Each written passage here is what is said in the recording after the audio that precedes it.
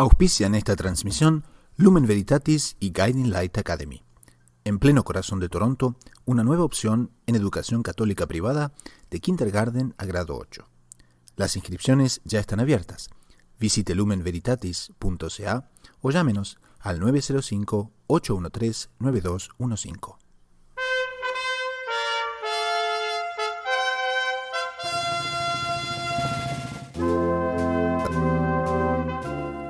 En el episodio número 13 de Lo Inédito sobre los Evangelios, tratamos un tema típico de Cuaresma. ¿Cuál es el mejor sacrificio para estos 40 días? ¿Es suficiente rezar cuando no todo el que dice Señor, Señor entrará en el reino de los cielos?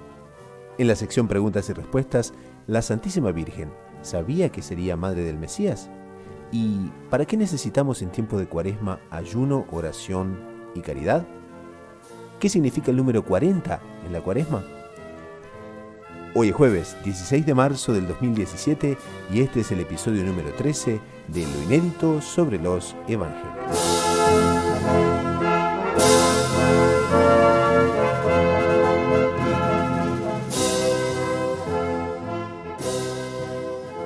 Bienvenidos al programa número 13 de Lo Inédito sobre los Evangelios. Quien les habla, el hermano Gustavo, de aquí de Toronto, Canadá.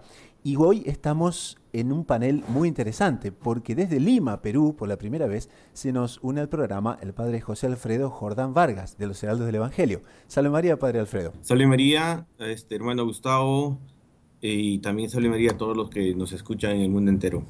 Saben que el padre Alfredo tiene una maestría en Doctrina Social de la Iglesia por la Pontificia Universidad de Salamanca y nos honra hoy con su presencia y a contestar varias preguntas de los oyentes. Y también tenemos al hermano Francisco Tobón desde Colombia. Salve María, un gusto de estar con ustedes de nuevo. Salve María, hermano Francisco. Y bueno, el hermano Francisco, como saben, también es misionero en Colombia de los Heraldos del Evangelio y por supuesto con un montón de actividades de los Caballeros de la Virgen exactamente de Colombia. Bueno, y esto dicho, pasamos entonces a un evangelio que nos pareció muy interesante porque se aplica mucho a la Cuaresma en que estamos y es el evangelio donde nuestro Señor advierte el peligro de solamente llamar Señor, Señor y no cumplir realmente lo que debemos. Entonces el evangelio dice, en aquel tiempo Jesús dijo a sus discípulos, no todo el que me dice Señor, Señor entrará en el reino de los cielos, sino el que hace la voluntad de mi Padre que está en los cielos. Aquel día muchos dirán, Señor, Señor, ¿no hemos profetizado en tu nombre y en tu nombre hemos echado demonios y no hemos hecho en tu nombre muchos milagros? Entonces les declararé, nunca os he conocido. Alejaos de mí, los que obráis la iniquidad. El que escucha estas palabras mías y las pone en práctica, se parece a aquel hombre prudente que edificó su casa sobre roca. Cayó la lluvia, se desbordaron los ríos, soplaron los vientos y descargaron contra la casa, pero no se hundió, porque estaba cimentada sobre roca. El que escucha estas palabras mías y no las pone en práctica, se parece a aquel hombre necio que edificó su casa sobre arena. Cayó la lluvia, se desbordaron los ríos, soplaron los vientos y rompieron contra la casa y se derrumbó.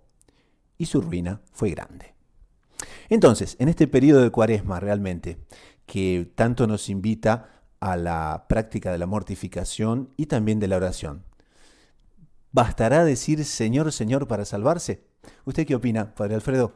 Mire, yo creo que pues no basta. Si nuestro Señor Jesucristo dice que no basta, pues no basta, ¿no? Claro. Pero claro, hay que entenderlo y hay que explicarlo. Yo creo que aquí es entender específicamente lo que significa Dios y nuestra relación con Dios. O sea, nosotros somos criaturas de Dios. Nosotros, por el bautismo, somos hijos de Dios. Por tanto, nosotros nos debemos a Dios. El espíritu moderno es tendiente a querer más bien utilizarse de Dios para beneficios personales. Entonces está mucho en el ser humano el más bien querer que Dios sea el que nos sirva y no nosotros los que sirvamos a Dios. Yo creo que eso es lo que tenemos que entender. ¿Por qué? Porque si nosotros construimos una religiosidad basada en que Dios nos va a servir, en que le voy a pedir a Dios y Dios me tiene que atender, lo que San Luis María de Montfort dice, una devoción interesada, entonces estamos deformando el sentido de pertenencia. Nosotros no nos pertenecemos a Dios, sino más bien queremos que Dios nos pertenezca a nosotros. Entonces yo creo que podemos partir de ahí para la reflexión de esta frase. Muchos pueden decir Señor, Señor, pero con espíritu diferente. Sobre todo cumpliendo la voluntad de mi Padre que está en los cielos, dice, ¿no? Ahora, aquí también hay una cosa impresionante, y es que estas son personas que se presentarán y dirán que han profetizado en el nombre de nuestro Señor, han echado demonios, han hecho milagros. No son personas que no practican la fe, ¿no es cierto? Que ahí justamente está la razón, porque no estamos hablando de personas que no creen, no estamos hablando de ateos, no estamos hablando de agnósticos, sino estamos hablando de personas que tienen fe, y fe en Dios, el único Dios verdadero. Pero ¿qué tipo de fe? Entonces, esta reflexión justamente va dirigida a ellos, ¿no? Y nuestro Señor Jesucristo habla pues a esos que están queriendo seguir a nuestro Señor Jesucristo, a ellos que están escuchando su palabra, pero que de repente no lo están entendiendo bien. Y claro, no habla solamente para los que en ese momento le escuchan, sino habla para todos los tiempos, y por tanto habla también para nosotros. Ese sentido de entender verdaderamente quién es nuestro Señor Jesucristo, al entenderlo, hacer ese vínculo y decir verdaderamente Padre, porque Él es nuestro Padre y nosotros sus hijos.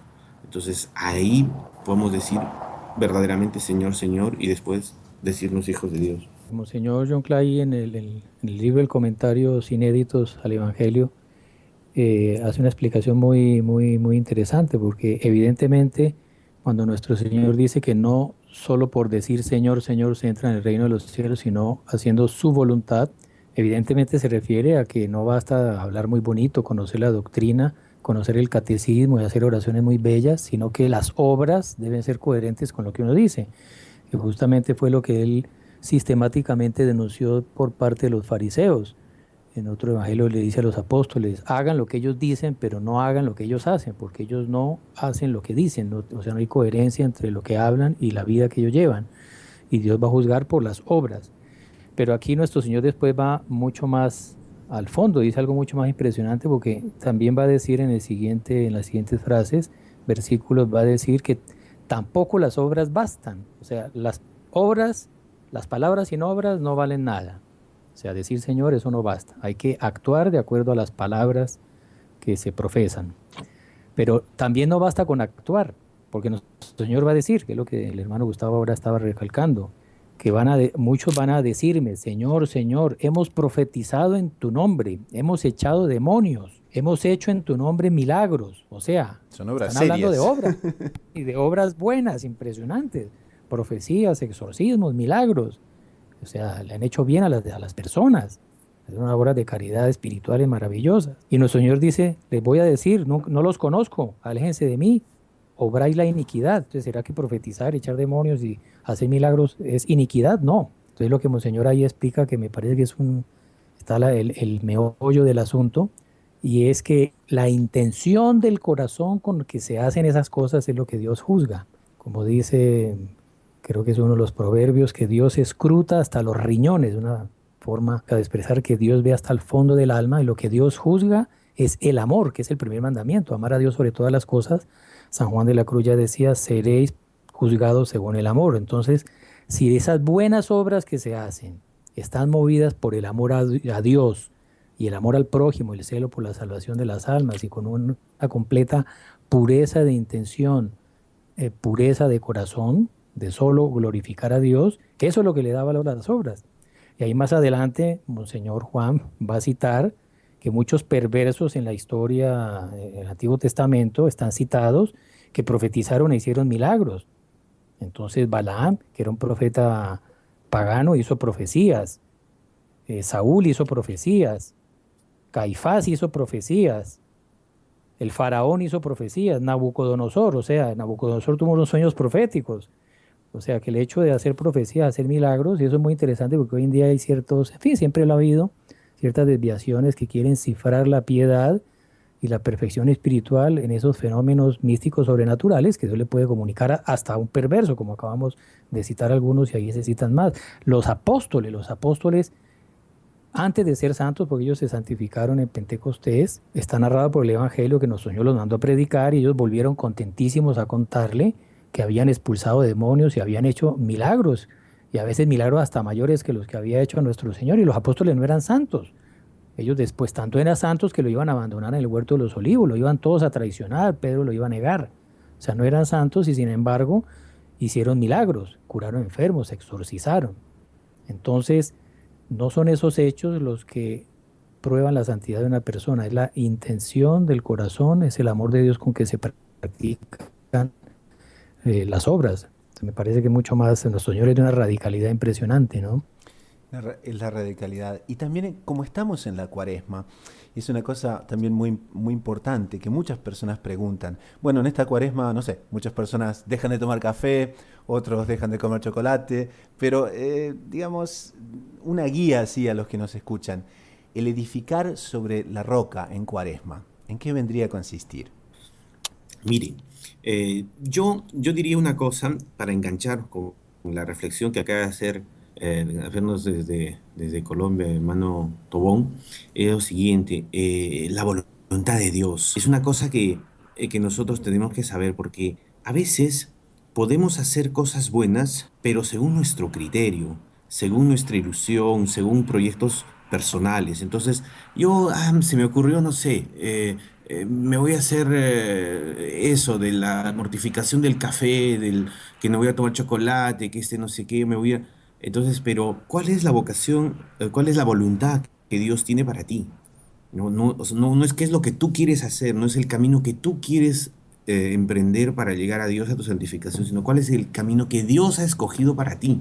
Entonces, hacer la voluntad de Dios es una cosa como que más delicada porque invita una sumisión mayor a la persona, una compenetración mayor de quien quiere ser de Dios de verdad. Entonces, no hago lo que yo quiero, de repente es una cosa muy buena, pero es lo que tú quieres, ¿no? Sino una unión de alma con Dios tal de que tú haces lo que Dios quiere que tú hagas.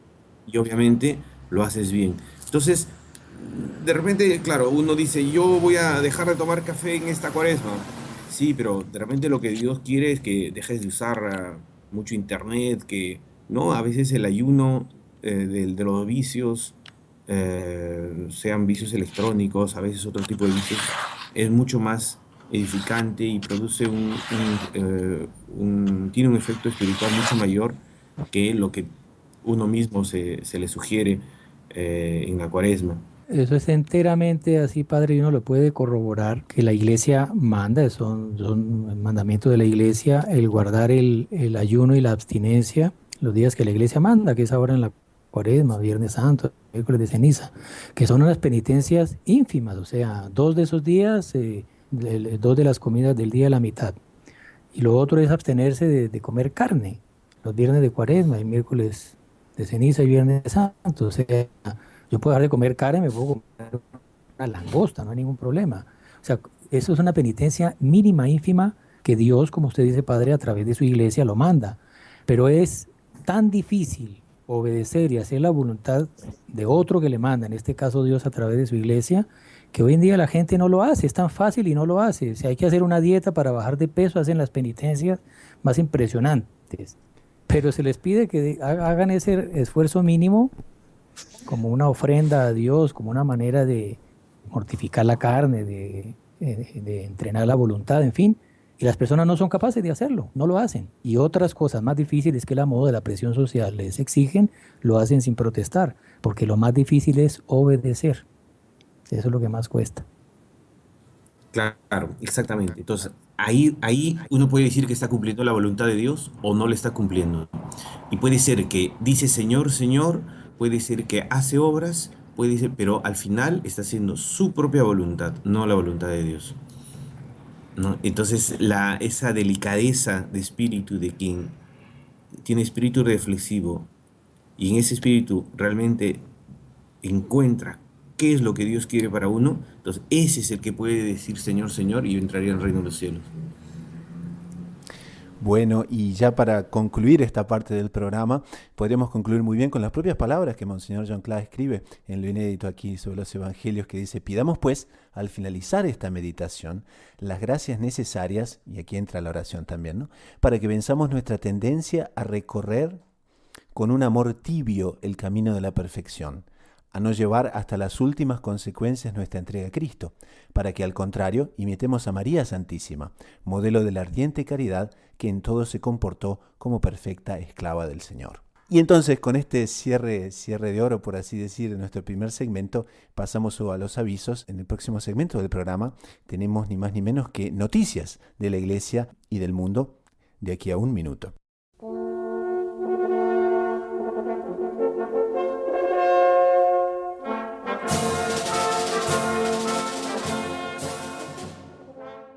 Este programa de Lo Inédito en los Evangelios es una producción de loinéditomultimedia.com, el sitio internet que ofrece en forma exclusiva las obras de Monseñor João Escunamiglio Cladías, fundador de los Heraldos del Evangelio en formato ebook y de download directo, además de libros y música en formato digital. Todo al alcance de un clic. Los ebooks también se encuentran disponibles directamente en las tiendas de Google Play, iTunes y Amazon Kindle. Enriquezca su lectura y meditación de las Sagradas Escrituras en cualquier momento, lugar o circunstancia, ya sea en su tablet o teléfono móvil. Visite www.loinéditomultimedia.com. Loinéditomultimedia.com, evangelizando un mundo móvil.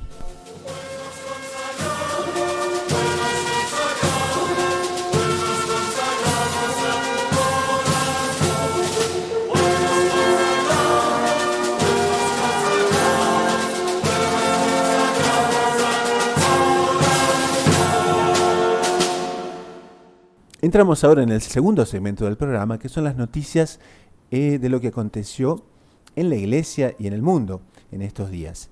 Y propiamente aquí, cerquita, en Steubenville, en los Estados Unidos, se prepara el Centro de Estudios de Teología de la Universidad de Steubenville, prepara el estudio bíblico católico más grande del mundo. Y es una cosa que está muy relacionada con el St. Paul Center for Biblical Theology, que es fundado por el célebre converso del catolicismo, el Dr. Scott Hahn. Entonces, para aquellos que quieran interiorizarse, existe una página web que ponemos en las notas del programa, pero que realmente vale mucho la pena seguir, porque el estudio que están haciendo, titulado La Biblia y los Sacramentos, es una cosa muy profunda y destaca muy bien la forma como Dios interactuó con el hombre en una forma sacramental, preparó lentamente al pueblo elegido para la institución de los sacramentos que viene a realizar nuestro Señor Jesucristo. Y es realmente muy complementar conocer estas cosas, porque muchas veces se nos dice, no, ustedes los católicos no conocen la Biblia, y eso es realmente muchas veces una verdad que no debería ser. Hermano Francisco, ¿qué tenemos ahí? ¿Noticias de Colombia? Bueno, aquí tenemos una noticia que tiene mucha expectativa a los colombianos, porque el próximo 9 de julio se conmemoran los 97 años de la coronación canónica de la patrona de Colombia, que es Nuestra Señora de Chiquinquirá. Ella tiene una historia muy linda, porque fue en la época de la colonia un colono español, encomendero, que tenía, en fin, una especie de hacienda muy grande, y había un sacerdote que evangelizaba a los indios. Él era muy devoto de la Virgen del Rosario, por la influencia de los padres dominicos, y mandó a pintar un lienzo de la Virgen, y le pidió a un sacerdote que se lo consiguiera ese lienzo. El sacerdote se llamaba Andrés. Entonces, en el cuadro está la Virgen con San Antonio, porque el encomendero era Antonio de Santana, San Andrés por el sacerdote. Y este lienzo con el tiempo se fue decolorando, perdiendo los colores. Entonces terminó siendo usado como sedazo para la harina. En fin, terminó por allá tirado en un depósito en medio de chécheres viejos. Y un día, pasando por ahí, una señora muy devota de la Virgen con una niña, vio que salía luz de ese depósito. Entonces abrieron las puertas y vio que el cuadro que ella previamente, yo me olvidé de ese detalle, el trapo viejo, digamos, donde apenas se veía un bosquejo borroso de lo que había sido, ella con piedad lo había colgado en la pared y le rezaba de vez en cuando. Entonces, bueno, entró, vio la luz y vio que el cuadro se había renovado milagrosamente, había recobrado sus colores, y ese milagro se ha repetido en varias ocasiones. Por ahí en el año 50 se renovó de nuevo sus colores delante en fin, de todos los fieles que estaban rezando, y a mí me tocó leer aquí en el periódico El Tiempo, el principal de Colombia, hace unos 20 años hubo una nueva renovación, o sea, ha sido un milagro renovado. Mire, en Perú hay una cosa muy bonita, porque todo el Perú se está preparando para la conmemoración de los 400 años de la muerte de la gran santa Santa Rosa de Lima. Bueno, en el Perú festejamos la fiesta del 30 de agosto, en el mundo entero el día 23. Padre Alfredo, estos, los 400 años, este año entonces. Este año 2017, se conmemoran 400 años de la muerte de Santa Rosa de Lima, la primera santa de América. Y bueno, eso estamos viendo toda la iglesia del Perú y va a ser, claro, la gran ceremonia recién en agosto que viene, pero ya desde ahora se está hablando mucho. Bueno, entonces preparémonos ahí para hacer una visita, ¿eh? Bueno, son invitados todos para venir a esa fecha. Bueno, y pasamos ahora entonces al segmento de las preguntas y respuestas que nuestros oyentes nos envían. Y tenemos a Marta de North York que nos pregunta: ¿sabía Nuestra Señora desde un principio que sería la madre del Mesías? Por la reacción que la Virgen tiene en el momento en que aparece el arcángel San Gabriel y le hace la anunciación, por la reacción de ella se deduce que ella no sabía que iba a ser la madre de Dios, porque Nuestra Señora le pone una objeción al ángel. Cuando le anuncia que ella es la escogida por Dios para ser la madre del Mesías, ella dice: ¿y cómo será eso si yo no conozco varón? Entonces los exégetas de esa respuesta de la Virgen ahí deducen, y eso coincide con algunas revelaciones privadas de almas canonizadas por la Iglesia o beatificadas, como la beata Ana Catalina de Emmerich, que cuentan, y también hay algunas nociones por tradición, de que la Virgen María, que fue llevada al templo a los 3 años, San Joaquín y Santa Ana la llevaron ahí al templo y vivió ahí durante muchos años, ahí se formó. Ella, viviendo ahí en el templo, ella le ofreció a Dios su voto de virginidad perpetua, o sea, que era una costumbre que no existía en la antigüedad. En la antigüedad no hubo el celibato, el abstenerse de conformar familia, de matrimonio. En el Antiguo Testamento no existió esa costumbre, no habían órdenes religiosas. La Virgen, ella en su inconmensurable sabiduría, llena de gracia, ella percibió como era algo muy agradable a Dios y se consagró su virginidad. O sea, ella no pensaba casarse, no pensaba tener hijos. Le había ofrecido a Dios su castidad perfecta, su virginidad perpetua.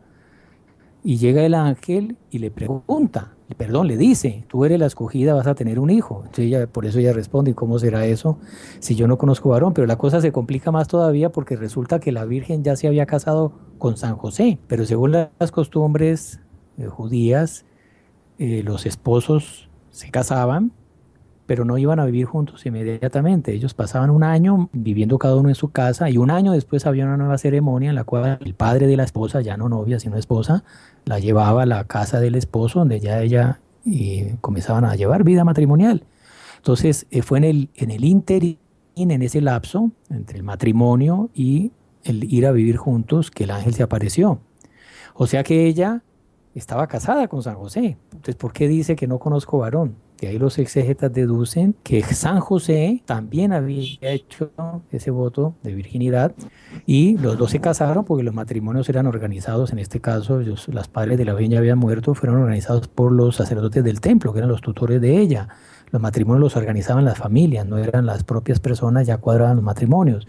Y como nadie entendería que no se casaran porque todo el mundo se casaba, entonces ellos, en el momento de casarse, la Virgen le comunicó a San José que ella tenía voto de virginidad, y San José le dijo: mire, yo también tengo voto de virginidad. Entonces hicieron un acuerdo mutuo de, siendo esposos, abstenerse de tener hijos, guardar esos votos que habían hecho. La Virgen no entendió, y fue una prueba también para ella, y un acto de humildad muy lindo, porque todas las mujeres israelitas querían ser las madres del Mesías, imagínense, y les dice ella que la escogida, pero ella, más que tener esa honra y dignidad, ella quería guardar, ofrecerle a Dios ese don precioso de su virginidad perfecta. Y el ángel le dice: el Espíritu Santo te cubrirá con su sombra, en fin. Y a la Virgen igual no entendió muy bien, pero dijo, y hizo ese acto de obediencia, que es la forma más meritoria, que es obedecer sin entender. Ella no entendió bien ese plan de Dios, pero dijo: he aquí la esclava del Señor, hágase en mí según tu palabra. Y por ese acto de obediencia, que reparaba la obediencia de Adán y Eva, el Verbo se hizo carne y habitó entre nosotros, y comenzó la historia de la salvación. Entonces ella no sabía que iba a ser la madre del Mesías. Y la beata Ana Catalina de Emmerich cuenta un detalle muy lindo. Recuerdo de nuevo que es una revelación privada, no es de fe, pero es piadoso y recomendado por muchos autores estas revelaciones. Ana Catalina de Emmerich cuenta que la Virgen, En el momento en que el ángel se le apareció, ella estaba rezando a Dios, porque ella conocía muy bien al Mesías y sabía que el Mesías nacería del pueblo israelita. Y ya las señales que los profetas habían dado se estaban cumpliendo en ese momento. Ella veía que era el momento ya de la venida de ese Mesías prometido y que iban a ser de una mujer israelita. Entonces ella estaba rezando, pidiéndole a Dios la gracia, el privilegio de conocer esa mujer maravillosa que sería la madre de Dios, porque ella se quería consagrar como su esclava para servirla a ella y servir a su hijo, que era el Mesías, y tener el privilegio de servirlos y de convivir con ellos. Y es en ese momento que el ángel aparece y le dice que ella la escogida y no entendió, porque, como repito, ya había hecho autorinidad, ni se le pasaba por la cabeza que ella podría ser la escogida por Dios para ser la madre de él. Lindísimo, hermano Francisco, realmente fabuloso. Creo que Marta se va a quedar muy contenta. Y tenemos también Marta de Brampton, que nos pregunta, ¿para qué necesitamos en tiempo de Cuaresma el ayuno, la oración y la caridad? O sea, ese trío. ¿Por qué viene en este tiempo?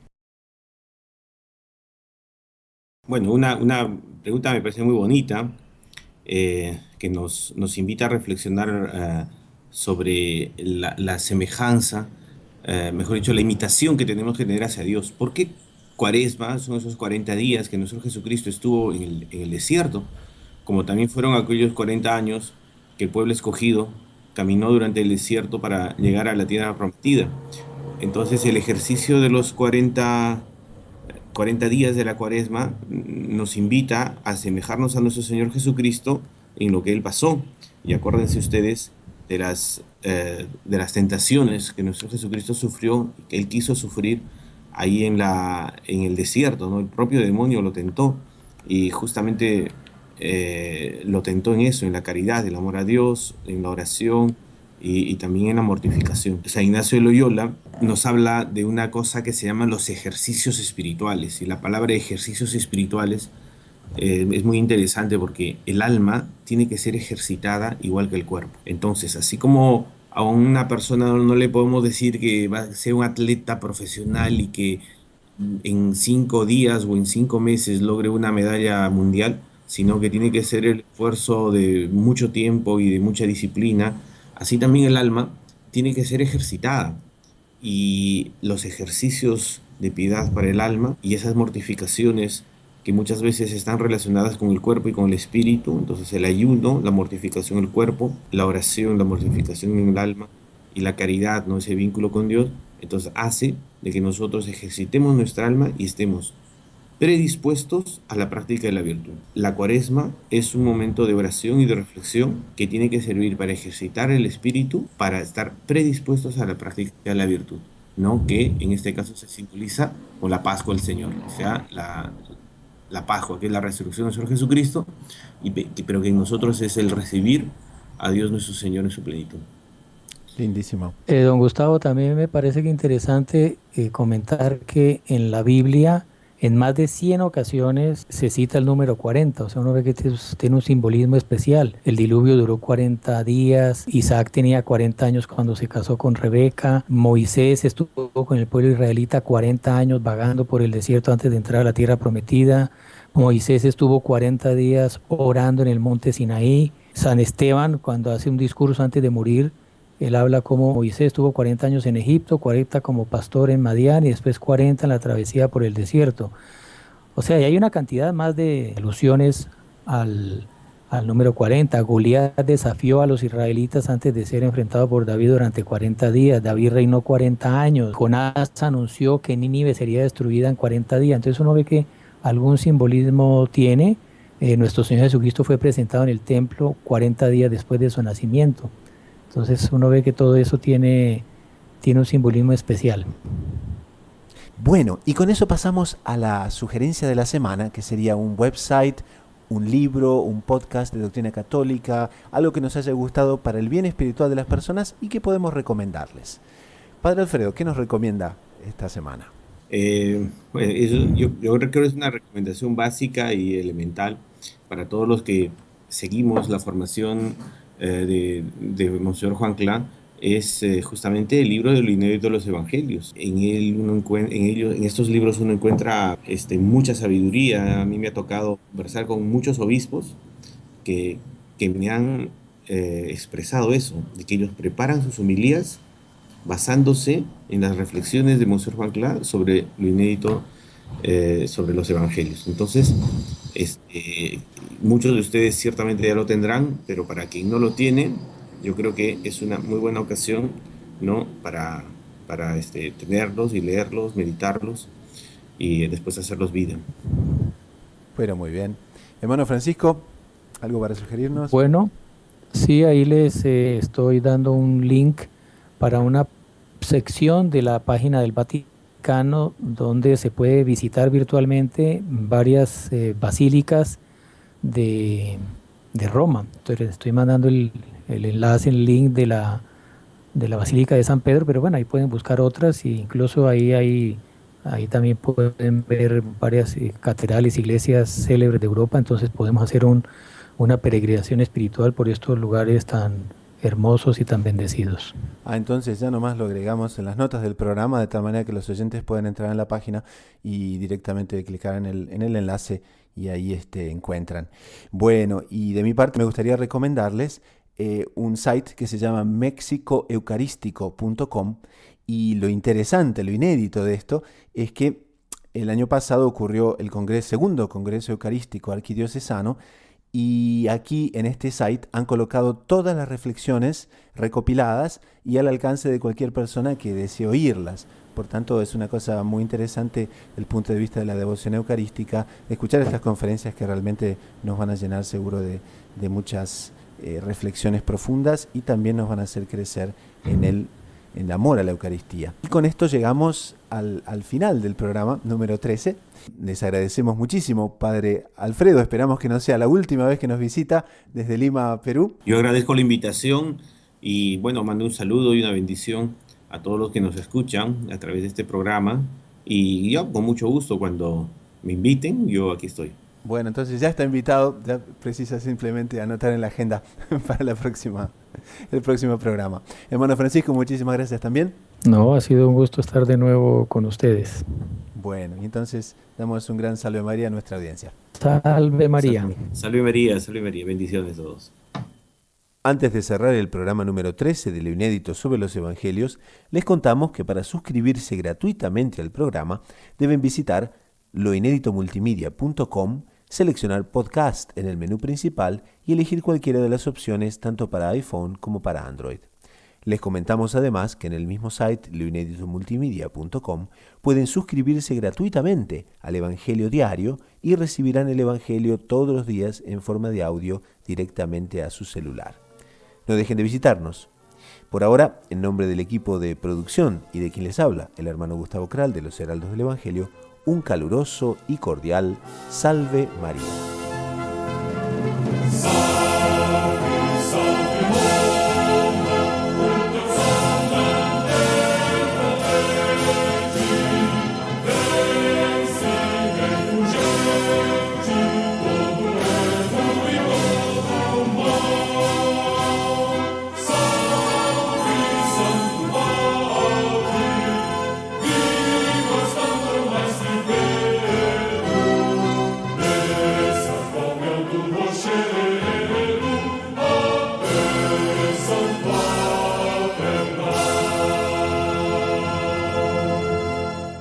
Lo inédito en los evangelios es una realización del equipo de loinéditomultimedia.com. En el sonido, Brett Sequera.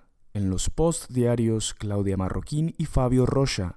En la locución, Mari Cruz. Idea y producción, Emiliano Introcaso y Gustavo Kral. Producido en los estudios de New Insights Multimedia, Toronto, Canadá.